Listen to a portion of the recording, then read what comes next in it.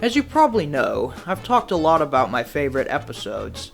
I've also gone on about my least favorites. Those videos were mainly focused on the individual episodes themselves though, and not the season it was a part of. Each season has its own unique style, and that had a large impact on why I love or hated those episodes.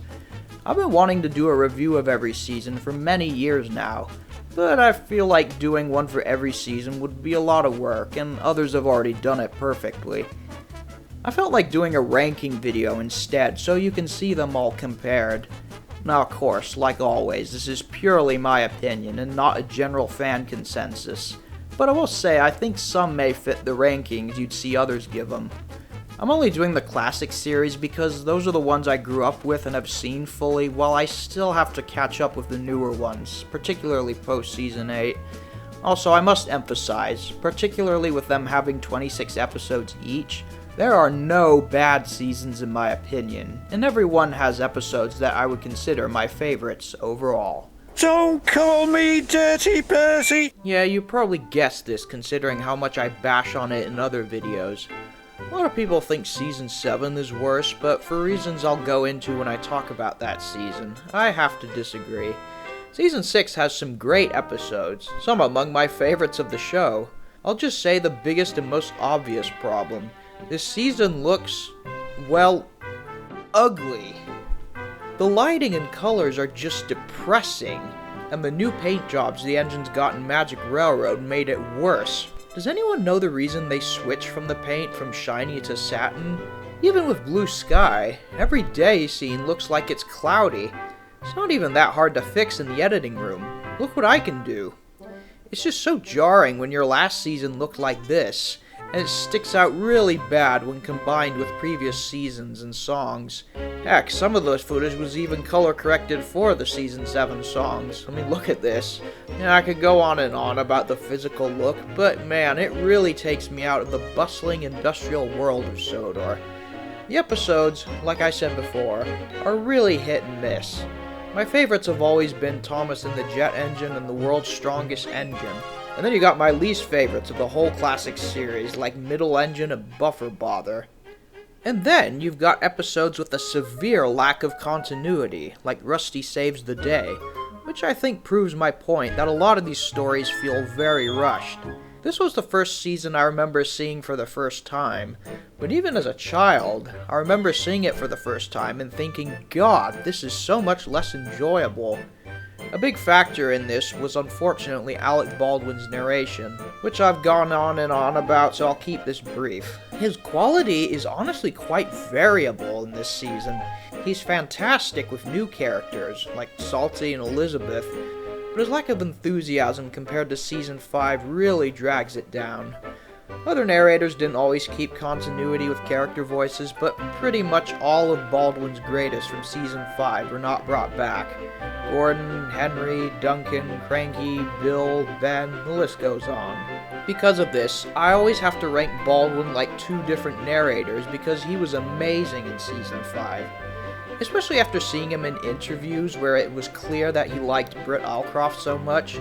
I have a theory that maybe he wasn't as interested because she was no longer involved at this point. Michael Angelis, on the other hand, did great, and there are moments where he's clearly having fun. Okay, so what about the good stuff? Well, as I've said before, every season has great moments. Like Season 5, it wasn't afraid to go absolutely bonkers. Jet Engine, of course, is the big example, but also a lot of the crashes are just so violent but hilarious. Help! Help! Yeah, that reused "help" by Baldwin has me in stitches every time. It's clear David Mitton was still having fun. Also, despite the low color, Season 6 still managed to capture some of the spooky and eerie atmospheres of the previous season. Scaredy Engines is a pretty basic Halloween story, but the atmosphere is still really spooky. And I always loved the unpleasant winter episodes. Instead of a jolly wonderland, Jack Frost and Toby Had a Little Lamb managed to emulate how nasty and disturbing winter can be, even more so now that I go to school in Chicago. I also really like the new characters. Salty is the incorruptible jolly sailor, Elizabeth is just a funny snobby old bitch, and Harvey is a nice addition with a great character design, both physically and technically with his model. Oh yeah, I forgot, the pack was introduced in this season. That's a whole separate topic for another video, but I always enjoyed this team of characters, and was thrilled when I found out there were more stories with them as I grew older. My favorite has to be Ned. He's just so adorably stupid. So yeah, in general, I don't hate Season 6 as a whole. It has some phenomenal moments, but I have to rank it at the bottom. You can really feel the taint of Magic Railroad's failure on it, and it's quite a drop in quality compared to the amazing previous season. He's fallen in the water! A lot of people rank Season 7 at the bottom, particularly because of Hit's further involvement. It's definitely in the lower tier, but for me, there are just a few aspects that bring it slightly above the previous season. Overall, it's much more colorful, and as a child, I just found it more enjoyable to watch. Or, at least a few episodes I did see as a child. Yeah, as you probably know, us Americans had a very awkward relationship with this season, particularly with me, as by the time all episodes were out, I had outgrown Thomas initially. I was first exposed in New Friends for Thomas DVD, and weirdly, that had Michael Angelis narrating, who I actually kinda liked. I just thought he was a guest narrator until I found out there was a UK dub many years later. Then there was this DVD where half were Season 6 Baldwin and half Season 7 Michael Brandon. More on him later. But I still remember how jarring it was for a sudden narrator shift midway through the DVD. Those episodes were the only ones released in the US with the original O'Donnell and Campbell music. Long story short, by the time Season 7 came to the US, Hit wanted to get Season 8 out, so they just aired the episodes alongside new ones. I can kinda understand for TV airings, but they should have just got it all out on DVD originally first, then worry about airing it, like Season 6 in America. Okay, but how's the season itself? Well, again, it's much nicer to look at for one. Definitely still not great, and still a bit flat, but the colors have been given more vibrance. This makes the satin paint jobs of the engines much more tolerable. The set designs also seem to be an improvement. The Skarloey Railway particularly looks quite nice. Overall, I always thought Season 7 was very calm and relaxing. Maybe that's because of Michael Angelis' ASMR narration. They were pleased and proud. But it still has the eerie atmosphere and spooky episodes. Correct me if I'm wrong, but I think this is the first time you can see actual rain rather than just water droplets. Salty's stormy tale is visually tense and stunning. You can definitely tell Hit probably had more involvement with the writing department. Thomas is everywhere. That said though, I think in general Season 7 was more enjoyable to watch than its predecessor.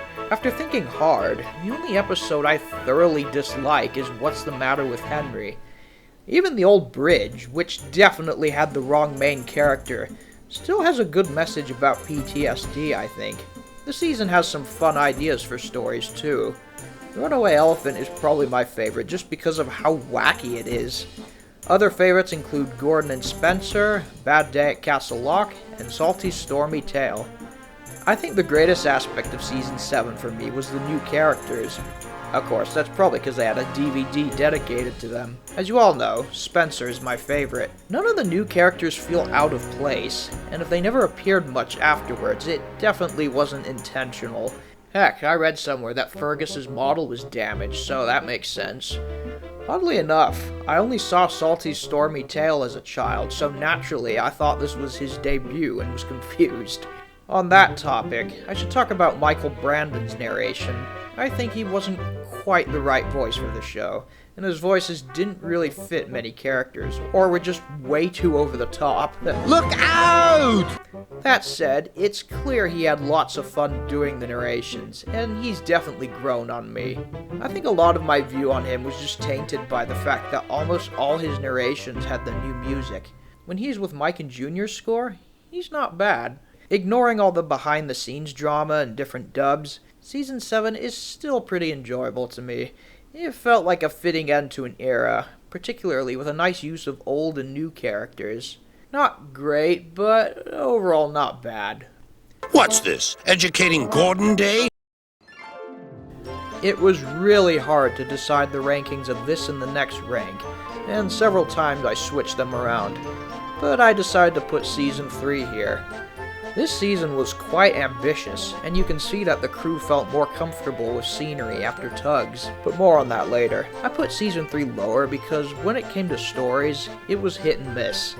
Britt Allcroft decided to make half the stories her own, along with the other half being Audrey adaptations. As we all know, Audrey was not too pleased with this. While I actually really liked the episode Audrey is known for disliking, the overall writing in some other original episodes is a bit clunky. I should start off by saying I don't outright dislike any Season 3 episodes, well, aside from maybe Percy James and The Fruitful Day.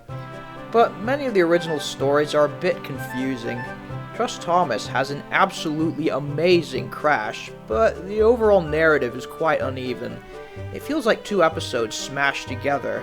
The tar to repair the road is just completely forgotten until Thomas suddenly remembers it after the crash. Is the message supposed to be that Thomas is trustworthy because he will remember important things despite getting into a major scrape? Even some of my favorites have this problem too. I absolutely love Heroes, but you all have to admit, the first half of them working with the trucks and Gordon had absolutely nothing to do with the Rockfall disaster.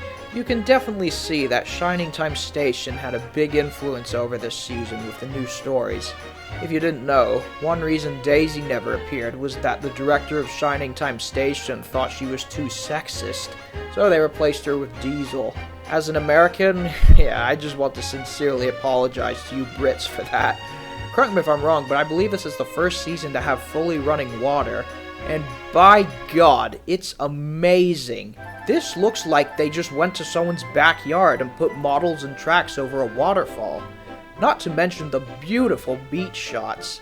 This season had heavy focus on the Little Western, and what I appreciate most about the scenery of this season was how three-dimensional the space became.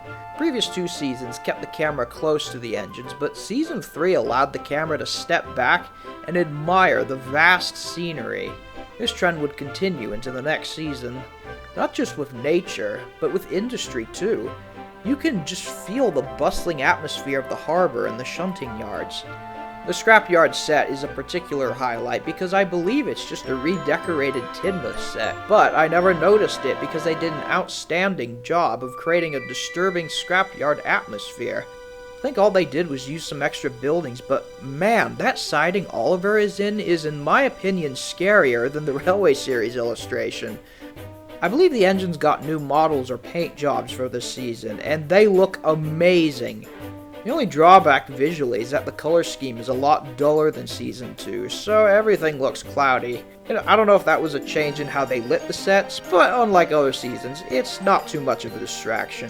While the original electronic music of the previous two seasons were still there as a baseline, this was the first time real sounding instruments were used, and I don't think I need to tell you how amazing the score is. The music of episodes like Henry's Forest and especially Escape are among the best from the show, and the overall music score would only get better from here on. I hear a lot of people say Season 3 was a unique experiment of mixing Audrey and original stories, and I have to agree. It had some mixed results, but overall I think the overall tone made up for it, and it has some quite epic moments too. You're too fat, you need exercise. It's always hard to rank the first of anything because the creators had nothing to go against, and the series would not exist without it. Season 1 is definitely not my favorite, but it deserves high praise for getting the series in motion. You can see how dedicated Britt and the crew were to faithfully adapting Audrey's books, and the choices made as far as overall style, such as character designs, were pretty much perfect. Much like Nick Park with Wallace and Gromit, a lot of the marvel of this series is due to how they created gold with almost nothing. They just used grass mats with a few scenic add-ons for sets, and it's really hard to notice that. The characters were literally built from cannibalizing pre-existing model trains. I've talked about this in other videos, but the overall simplicity was more than a hole-in-one shot. But if I had to choose the best aspect of the season, it was the perfect establishment of the characters and their identities. Each character stands out on its own, especially with their musical theme. The locations too help build up the island and make it feel like a functioning railway. So, with overall praise in that aspect aside, put it in this ranking because it is a bit slower than its successors, with not a lot of action. And that's fine, this was the first step. I'm just saying I prefer others over this one. I don't really dislike any of the episodes, aside from Thomas's train, but that's more on the Audrey story. But there are quite a few stories that are a bit too slow-paced, like Thomas and the Guard or Toby the Tram Engine. Again, I don't dislike either of those, but I have to admit, it takes a really long time for Toby to be introduced in his debut story. Look how long this shot lingers. But some of my all-time favorites also come from this season, like the Flying Kipper. I think a lot of it has to do with how different it looks compared to the other episodes of this season, with the snow and beautiful dawn colors. Oh, and the crash too, obviously. Every season has that one episode that's thematically or visually different from all the others. Season 1 definitely has a 1980s vibe stamped all over it, which the next season doesn't. It's hard to really explain why, but I think it's the lower color levels and simplistic music. Now, of course, that's typical of the first product of anything, though. Postman Pat has almost the exact same style transition from the first and second seasons when it comes to color. The sets themselves, however, are simplistic but very lifelike. The crew could have easily made the most kiddie Dr. Seuss simple sets you'd see in something like Bob the Builder, but they did their best to make Sodor a real functioning railway. This is in huge part to David Mitten's expertise in modeling. Another huge part was having the celebrity narrators of Ringo Starr and later George Carlin. I've made several jokes about Ringo sounding a bit tired in some episodes, but understand I am in no way even close to disliking his narration. I'm just probably biased having grown up with George Carlin mostly, but I do think Ringo could have given a bit more character variety. I read somewhere that he had to re-record a few episodes because they were originally done early in the morning, and that definitely shows in a few parts. You watch me, little Edward, as I rush through with the express. That will be a splendid sight for you. But again, that's my view. I still love him all the same, and he improved majorly in the next season. Also, I would get excited if the VHS started with the logo and these fat pink letters, because that meant I was watching a Ringo US tape as opposed to the usual Carlin. George, I think, is one of the best examples of a celebrity bringing out their inner child. He was one of the most cynical, foul-mouthed comedians, but there isn't even a hint in that in his narrations. While Ringo is good, his narration is exactly what you'd expect, the voice of Ringo Starr reading a script. If you had Morgan Freeman doing the narration, you'd hear Morgan Freeman. But George Carlin gave the characters such unique sounds that sometimes you could forget that it's just one guy narrating. Man, rest in peace, George Carlin. We could use both your foul words and childhood energy in this world right now. But anyway, to sum it up, Season 1 is not my favorite by any means, but it was still a stellar, perfect introduction to the world of Sodor. It was time for Thomas to leave. He had seen everything. After Thomas's first journey to television was a huge success, the crew had the line mapped out for them. With the introductions of the core elements out of the way, they could dive right into making improvements. And improved they did. For one, the environments are just so satisfying. The color just oozes out of the screen, and is one of the 2 seasons that got the color level pitch perfect in my opinion. This is why for me it reeks less of the 1980s than Season 1. It's just a visually engaging environment, and one aspect of that I didn't comprehend until Unlucky Tug mentioned it was the large use of moving camera shots.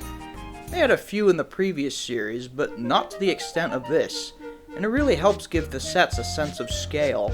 The tracking shots of engines were actually on location, rather than always seeming to be on the Gordon's Hill set. Season 2 has a heavy focus on industrial locations rather than scenery, and just look how much detail they put in. How many model kits did they have to break up to make all these pieces of scrap everywhere? Not to mention the actual water and the harbor sets. Ringo's narration is also a huge improvement. In fact, there are a few instances where he does better than George in my opinion. Help! Help! Cried Thomas. Help! Help! Quiet! said Sir Topham Hatt. Silence! Snapped the fat controller. A lot of what makes Season 2 stand out for me is the new characters and stories. As stated in other videos, Donald, Douglas, Bill, and Ben are among my favorite characters, and their introductions were perfect. I'm actually glad they skipped the missing coach because as a child it was an extremely confusing story. The destruction of the brake van is brutal, as are a lot of crashes in this season. While nothing quite reaches Flying Kipper levels, I like how they used more dirt in these crashes. That's another aspect I like, the overall grittiness, not just physically but in tone too, but in a subtle way. The concept of scrap is introduced as well as modernization with diesels. It's also a lot more mature, not just in sensitive topics, but also giving more interesting life lessons. As I've stated before, the deputation's moral about convincing authority is not something you see much in children's TV, and I don't think I've heard the word deputation even used as an adult, let alone by young children. But one thing I really appreciate is the development and interactions of the original characters. Thomas and Percy are such assholes to each other, while Toby is just watching them amused like he's eating popcorn. I think this is Thomas at his best. Clearly a kind soul, but definitely still very immature. It might collapse, and then you'd have no passengers at all. What would you do then? Run my train on time, for one thing. I'm surprised that quote was allowed in. He just alluded to not caring if his passengers are dead. This is a good example of Season 2's dark humor. Thomas's rivalry with Percy is excellent because we're seeing two cheeky characters come head to head, and it's priceless. Percy, Bill, and Ben are funny because they're mischievous but also enjoyably stupid. I think my favorite character interactions are Percy and Gordon. Rather than trying to boast or boss him around, Gordon's just fed up and annoyed with Percy's obliviousness, like a kid asking his dad annoying questions. This is more apparent in later seasons. But then of course you've got Bill and Ben making Gordon think he's about to be murdered by these little engines. It's just classic writing. James is an enjoyable narcissist, Henry is pretentious, and then you've got Edward, who has an amazing character arc throughout the season. He's getting old, and the other engines won't let him hear the end of it. But is he still useful? The answer is a resounding yes, in the epic story that is Edward's Exploit, which serves as an epic conclusion to this arc, or at least in the Audrey-based episodes. I've talked about why I love Edward's Exploit in other videos, but you just feel that you want to shout, "In your face!" at the end. What I like about Edward in this series is that he seems to just not give a shit what others say and laughs it off. This also shows when he doesn't hesitate to rescue Trevor, knowing he can still be useful like he is. Edward's Exploit also has some of the best music of the electronic era, as does a lot of Season 2. The build-up in Edward's theme is epic as hell, and as I said many years earlier, you know he's not going down. Mike and Jr. created some cinematic tier music with just an electronic synth. The new characters' themes are especially a highlight. As I've stated before, Donald and Douglas's theme is my favorite out of the main core characters. Bill, Ben, and Harold are also highlights, but it wasn't just character music. The themes for different environments and tones were spot on. You've got the piece where Bill and Ben troll Boko for comedy, more epic revamps to the Runaway and Danger themes, the ominous chills of Edward and Percy's so-called bad weather theme, and then what is perhaps some of the scariest electronic music ever with Ghost Train. Again, I've already gone on about why Ghost Train is a classic, but it's different in the way Season 5 spooky stuff is. It's the Flying Kipper equivalent of this season, the one story that has a much different visual tone and goes full force with the atmosphere. Only in this case, it's pretty disturbing rather than beautiful. Edward's Exploit is another episode that relies on atmosphere. As I've said before, I didn't realize that the sky backdrop was still blue until watching it as an adult. That's some really good lighting. I think that really emphasizes how the crew did an amazing job at going full cinematic with limited technology. That's why it gives off different but equally amazing vibes as some of the future seasons. This season was particularly nostalgic for me because a lot of my favorites of it were on this Thomas Percy and the Dragon VHS. Aside from a few custom written stories or episodes I've gone on about in other videos, there is really no bad episodes in this season, and those that are just either a personal preference or just a very low, meh. Tunnels are not dance floors, and you are not a pop star. I think the majority opinion is that this is the best season among fans, and while I still have one more above it, it's pretty easy to see why. Season 4 had an extremely difficult job of introducing a huge number of smaller characters. It's like having to reintroduce the entire core cast again. They made the smart decision to dedicate more than half the season to getting these characters established in the Thomas universe, which, considering how more Thomas-centric they were going at the time, is quite impressive. Even only adapting the first couple of stories would have sufficed enough, but they went full out to adapt almost all of Audrey's stories about them. It was a lot like The Hobbit, where you had tons of new characters, but they managed to give each one the introduction and attention they deserved. They're all easily identifiable and have unique character traits. Even people outside the fandom still recognize a few of them, like Rusty and Duncan especially. The decision to have them in different colors was a wise choice in my opinion. Even Rusty, a Diesel that didn't do too much in the books, was given a main role. Yet this didn't ever feel like it was at the expense of our main leads. Edward and James are the only Season 1 core characters who didn't get a lead role, but they still have quite a few memorable moments. Compared to other seasons that just heavily sidelined characters, that's quite impressive considering how many new ones this series had to introduce. Most of Season 4's marvel is just how unbelievably impressive the small-scale sets are, even more so when you know how difficult the production was. These models were apparently a pain in the ass to work, hence why they were upgraded later. But the crew were so clever at hiding these imperfections, such as putting the batteries in trucks, and they took advantage of the smaller scale with these absolutely stunning sets. How much room did these take up? I think it goes without saying that Season 4 has the most impressive sets. They give Sodor's geography a whole new level. These locations are what I think of when I talk about wanting to visit Sodor. Not once do you see evidence that these are temporarily built model railways. I think a big aspect that helps is the amazing backdrop paintings. The camera positions were clearly planned out in detail with how these shots are beautifully framed amongst the scenery. You feel like you're in the forest watching these trains. Even the standard gauge shots have this amazing cinematography too. Season 4 starts out with introducing Duke, who didn't appear until the end of the Railway series. I actually like this decision because it's a good establishment for the little engines. I don't think I need to tell you again why the Duke episodes are among my favorites, but they really are among the most mature and emotional stories of the whole show. These practical storm and water effects are just out of this world. This season was great with atmosphere, particularly with Special Funnel and Gallant Old Engine. Season 4 has many emotional moments. The ones I just mentioned, obviously, are big ones, but it also has these moments of, well, just epic satisfaction.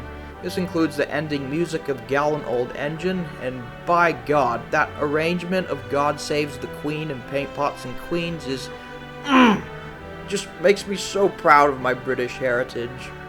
Also, the ending of Thomas and the Special Letter is just such a sweet moment, in the same way that the ending of Edward, Trevor, and the Really Useful Party was.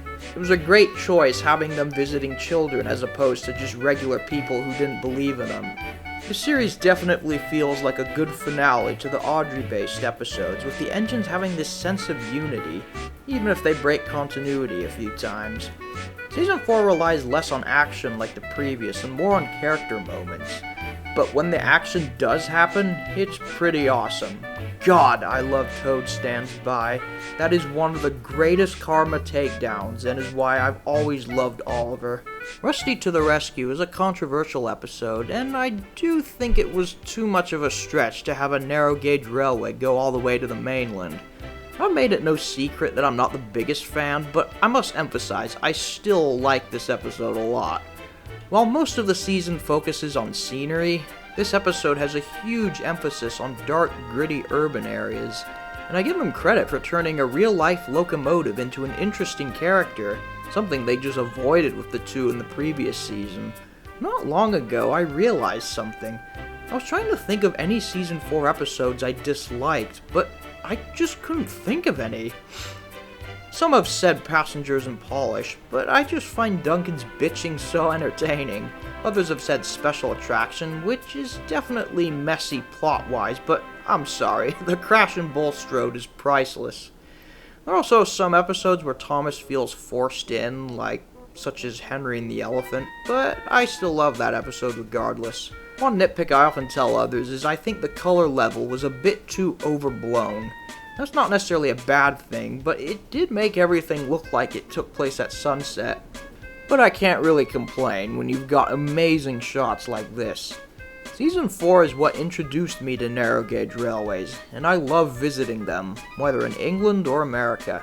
Anytime I go on a hike in a forest as a child, I'd picture the engines puffing through the desolate wilderness on the windy rails. That's why Enterprising Engine 93's content appeals to me so much, especially his Mountain Engine saga.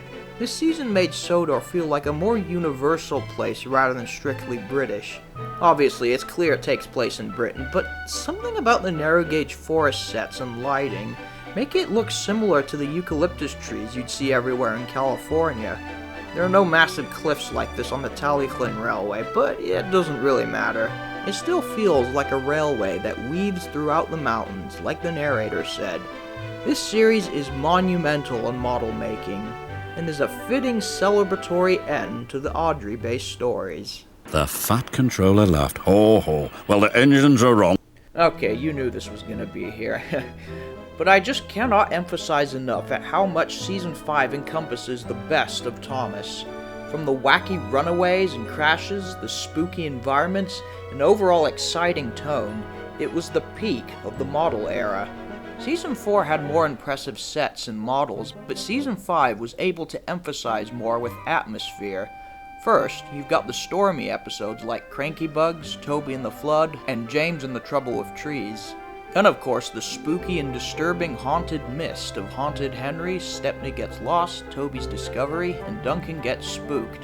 Then you've got the physical world basically collapsing with Put Upon Percy and Rusty and the Boulder. Then, the epic runaways and crashes with too many to count. And then you've got those that are just either humorous or just relaxing, like a summer day. As I've said many times before, Season 5 had the best color levels. It definitely feels like a summer holiday in a lot of stories. The engine's paint jobs are just so satisfying with that gloss. I mean, just look at it, man. It makes me cry. It's so shiny! Yeah, sorry. This is the peak of David Mitton and his team's model making. You can tell that, especially now that the restraints of the Railway series were over. The crew had free rein to go as ridiculous as they like, but it was never overblown. Even the more ridiculous concepts like Rusty and the Boulder were handled with such respect that it doesn't bother me. These feel like Audrey stories, and that was in large part due to David Maidment's feedback as a railway consultant. I've talked about this in other videos, but the more out there moments work because they are a large part of the story and are taken advantage of. Rusty and the Boulder uses the concept to create a chilling man or engine versus nature, while something like Up, Up and Away was just a painfully boring friendship drama that didn't need to use the balloons. A lot of this appeal comes from, again, the model work. Season 5 was particularly great in emphasizing the destruction. The flood doesn't look like an overflowing sink, it's an actual flood. The explosion is not just a firecracker, it's an explosion. The rock fall is not just tossing around some fish gravel, it's an actual landslide. Even the more unintentional moments, like Cranky shaking the whole set when he falls over, don't take the viewer out. It adds to the insanity. Season 4 and 5 both rely heavily on atmosphere, while Season 4 focuses on natural beauty. Season 5 has a heavy focus on more disturbing scenes. The crew did particularly well with derelict locations like the mine. I said it before, but I'll say it again. Haunted Henry is always in my mind when I think of Halloween, fog machines, dead forests, ghosts, It's like the textbook on how to make spooky stuff. I'm a very literal person, and scale models are just extremely fascinating to me. It's why I prefer stop motion to CGI, and why I love model railways. Thomas the Tank Engine is the epitome of that, and Season 5 was the epitome of that epitome. Not just in the visual department, but the stories as well. Aside from maybe Gordon and the Gremlin, all stories stuck with me from childhood till now. I mean, how can you forget an engine falling off a bridge to his presumed death? Or an engine almost being incinerated? Even the human characters get some more focus, which is great. Lady Hat's birthday party and Sir Topham Hatt's holiday are among the funniest in the show. In fact, I'd say this is probably the funniest season overall. A diesel with a toothache must be the worst diesel of all! Again, why is that toothache line so funny to me? Probably because I always imagined the toothache diesel like this. You can tell the writers had a lot of fun. The only issue I can think of with this season is how ugly the larger narrow gauge models look. I get why they were made, but why does Rusty have a larger face? It's really jarring when you use both in the same episode, but that's a very minor issue. Season 5 was airing when I was born, so naturally, most of the Thomas videos I had were of that era. This is why, even though George Carlin is technically better, Season 5 Alec Baldwin is my favorite. He just seems to really match the chaotic and spooky tone of the season. His character voices were a great highlight, with Bill, Ben, and Gordon being my favorites.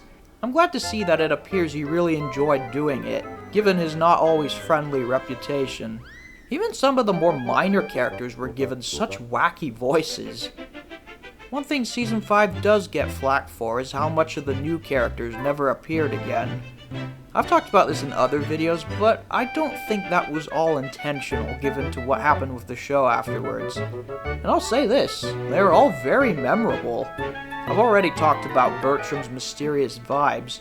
Derek's a legit nice diesel that you really feel bad for.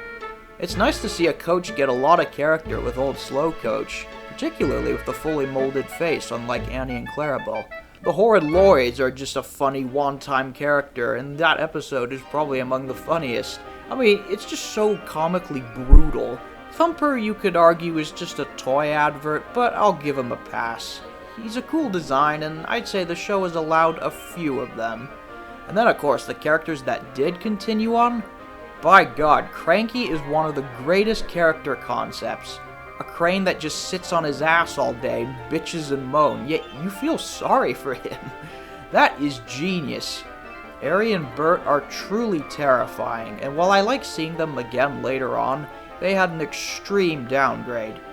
We only see them at night in this season, so we don't get much of a good glimpse at their models, which makes it even more terrifying in my opinion. They were painted in the dull Season 6 colors afterwards, and there weren't really any promos of them prior to that. Seeing a behind-the-scenes photo of their Season 5 models was almost on the level of Magic Railroad's deleted scenes. Those uploaded B-roll tapes were also an unreal experience. Not only did I see how my favorite episodes were filmed with such limited material, but stuff I didn't expect as well, like an actual close-up of the Ghost engine? And he's painted a different color? Like, what? Sorry, I'm fanboying too much here, but it's impressive how most of the desired lost or behind-the-scenes media I've always wanted to see over the years has already been checked off the list. Still waiting on Percy's Ghost engine. They say Season 5 was supposed to be a demo reel for Magic Railroad, and if that's the case, what a letdown. Could you imagine if Magic Railroad was this wacky and crazy like Season 5? At least intentionally? That's a really large factor for me, in that Season 5 was the last of the golden years of Thomas. While the next two seasons are still not bad, it just wasn't the same after Magic Railroad derailed the franchise. The crew went full force with creativity and modeling to make a very entertaining batch of episodes while still keeping within the technicalities of Audrey's universe. Future seasons just feel more like a product, particularly from 8 onwards. Season 5 felt very much free from the constraints of Audrey's stories, Shining Time Station, and studio mandates from Hit Entertainment. and that is why it has always stuck with me as the greatest of the Little Blue Tank Engine.